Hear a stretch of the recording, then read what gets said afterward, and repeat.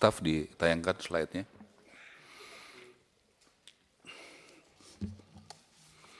Sambil menunggu Ketua, saya setuju 100% dengan sampaikan Ketua bahwa DPR salah tugas pokoknya adalah pengawasan.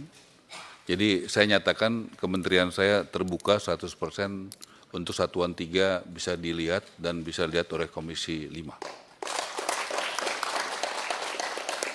Kemudian saya juga setuju semua rapat-rapat terbuka. Kemudian saya juga setuju tadi kalau boleh saya pernah jadi anggota DPR 15 tahun, dukungan dari komisi anggota DPR itu saya tahu sangat penting. Jadi makin tahu susahnya jadi menteri, makin bagus buat saya. Ya gitu, makin ngerti apa persoalan yang kami hadapi, makin bagus. Jadi nggak ada alasan buat kami tidak terbuka. Justru saya sangat senang kalau teman-teman Komisi 5 mengerti apa yang kami hadapi. Kita mulai Ketua ya. Ini yang kami akan kerjakan. Program 3 juta rumah, gotong royong membangun rumah untuk rakyat.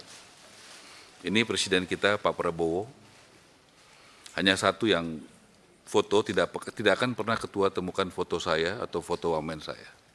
Karena kita garis komandonya jelas. Kita diangkat oleh Presiden. Dan kemudian dalam fokus menata ini saya rasa tadi Ibu Yasti sudah tahu, saya setuju kita rapat efektif. Saya anggap ini sudah tahu semua ya, jadi kita lewatin aja ya Ketua. Boleh ya? Oke. Lanjut, untuk ini Ketua, keterbukaan yang Ketua maksud, kemarin sore saya kumpulkan 300 stakeholder daripada kementerian kami. Kami belum punya ruangan auditorium, kami masih pinjam atas kebaikan Menteri PU. Ya, jadi kami undang semua asosiasi, kami undang mantan-mantan menteri, kami undang semua developer, kontraktor, supplier, konsultan dari yang kecil sampai yang paling besar. Untuk apa? Untuk keterbukaan dan komunikasi. Jadi kemarin kami presentasikan ini Ketua, ini harusnya sudah ditandatangani oleh Presiden, tapi atas kebaikan Presiden saya minta waktu di Magelang mohon ditunda dulu. Jadi saya sudah bicara dengan Presiden, bicara dengan Menseknek, dan bicara dengan Menpan RB. Karena struktur yang diajukan itu bukan pada saat kami menjadi menteri. Dan belum saatnya dengan target-target besar dan mimpi-mimpi besar dari Bapak Presiden. Di sini kami terus terang membuat struktur yang progresif, revolusioner. Untuk menjawab nomor 1 saya lihat digitalisasi, kami mau digitalisasi semua.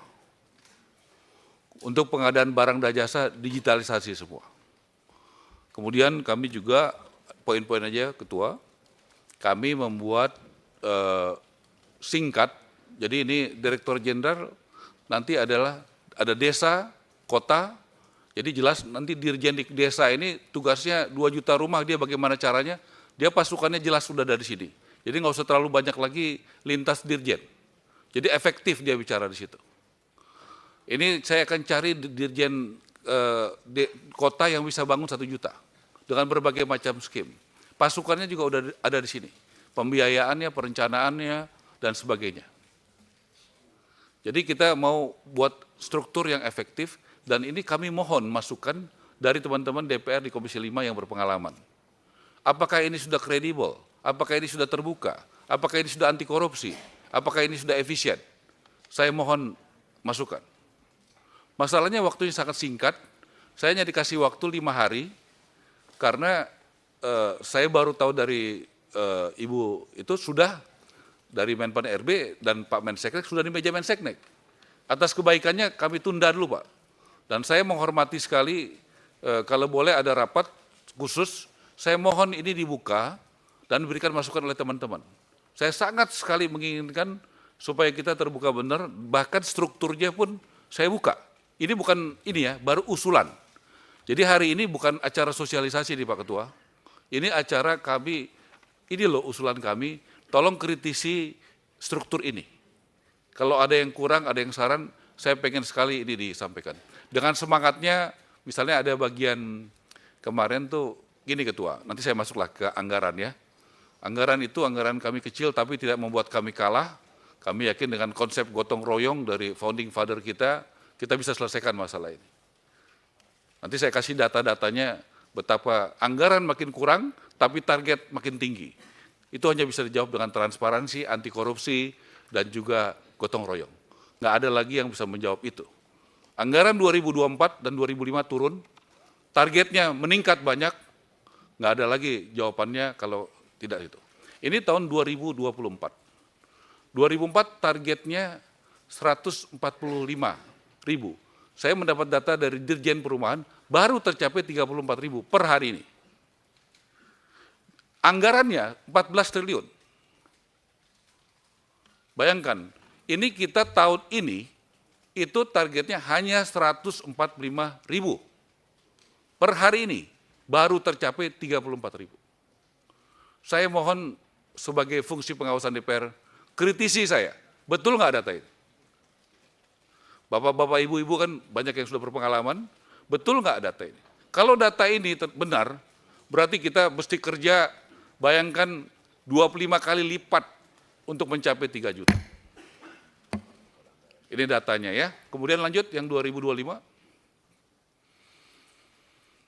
Anggaran kami dari 14 jadi 5 triliun. Mesti bangun 3 juta rumah.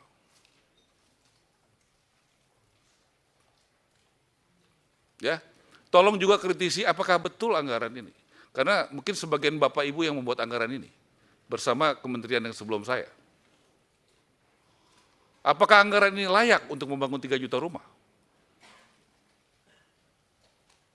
Kan kita mau terbuka ya, dari awal kita terbuka sejelas-jelasnya. Nah, lanjut. Ada lagi? Udah cukup ya. Nah, saya mau sampaikan itu supaya tadi Pak Ketua bagus sekali, frekuensi kita sama untuk melihat situasinya. Jangan kita tidak melihat frekuensi yang berbeda, melihat situasi yang berbeda. Ya, jadi kalau kita melihat situasinya sama, kita tahu posisi kita hari ini di mana, kita tahu mau ke depan bagaimana, kita tahu kita punya peluru seperti apa untuk membangun itu. Dan kita cari solusinya. Ketua, saya izinkan, saya mohon izin untuk menyampaikan apa pikiran kami sebagai menteri. Keterbukaan itu betul-betul di briefing sama Pak Presiden, bahwa negara yang maju pemberantasan korupsinya adalah Denmark karena keterbukaan publik, bahkan dari proses perencanaan, dari proses anggaran, tidak ada yang ditutupi. Sehingga kontrolnya bukan hanya internal audit seperti Irjen, BPK, BPKP, tapi publik mengontrol. Bukan hanya DPR, tapi juga kekuatan publik. Kita bisa sepakat gitu, Ketua? Oke ya, kita ketok ya, Ketua ya. Gitu. Paling enggak untuk kementerian kami. Gitu ya. Kedua, SOTK ini yang akan jadi mesinnya saya, Pak Ketua. Bahkan saya ingin mendapat masukan, di tengah keterbatasan saya paham tentang birokrasi saya. Tolong kasih masukan, saya akan bentuk tim seleksi yang melibatkan Pak Fahri sudah siapkan dari UI dan sebagainya. Saya mohon masukan. Yang bisa menjalankan tugas berat ini siapa?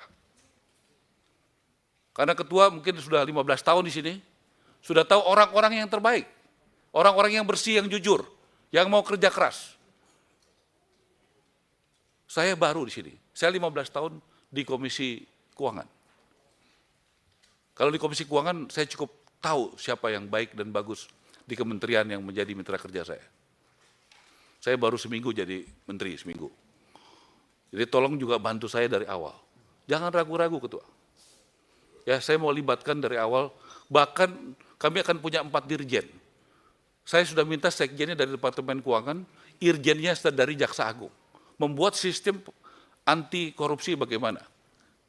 Silakan, mau terbuka, whistleblower, dan semua rapat kami terbuka, Ketua, pakai YouTube, di kementerian kami tidak ada rapat tertutup. YouTube-nya sudah ada, bisa diakses. Jadi itu kami mulai, dan kami mohon dukungannya dari teman-teman Komisi 5 untuk keterbukaan ini. Saya juga tahu, pernah jadi anggota DPR 15 tahun. Ada aspirasi dari daerah. Saya ingin sekali diberikan kesempatan juga mendampingi teman-teman pada saat reses selama 5 tahun saya di sini. Kenapa?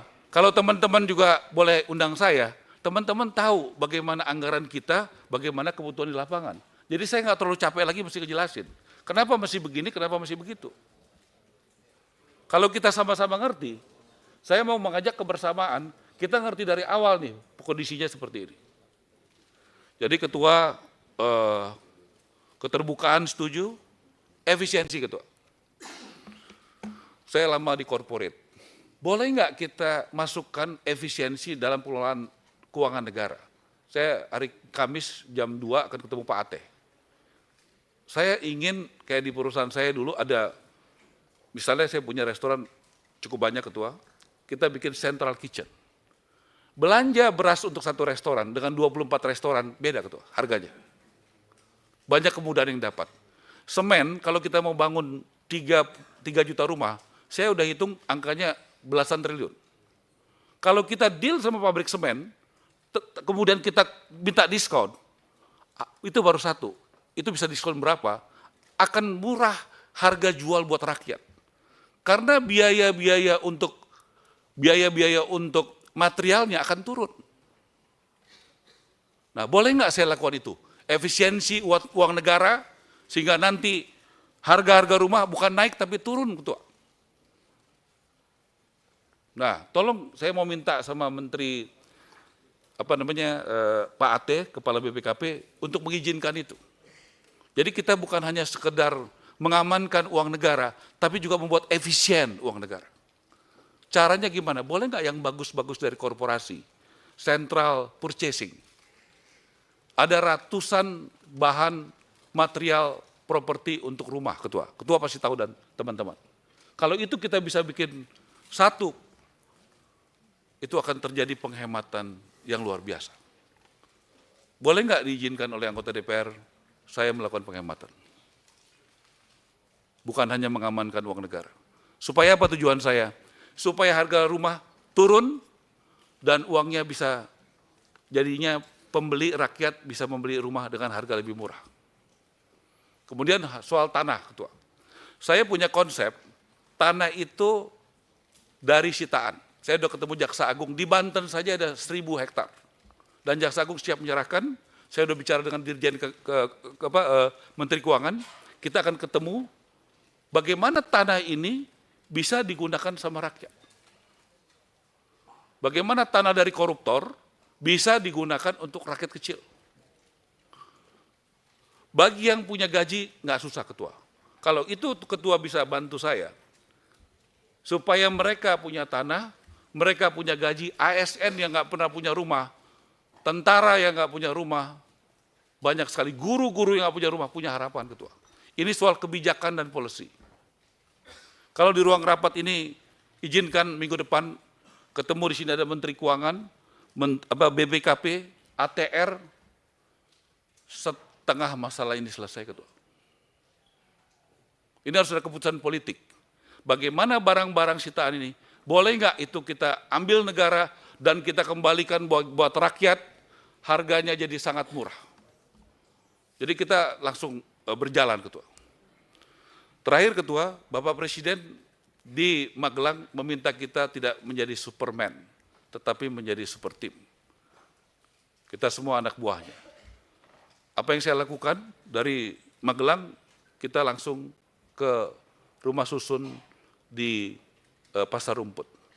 Itu 2 tahun lalu sudah kami serahkan dari perumahan kepada DKI. 1.984 unit kurang lebih. 2 tahun lalu. Yang baru dipakai kurang lebih 400 untuk korban kebakaran di Manggarai. Yang masih kosong kurang lebih 1.400. Puji Tuhan, ketua. Waktu Tuhan memang nggak bisa dilawan ya.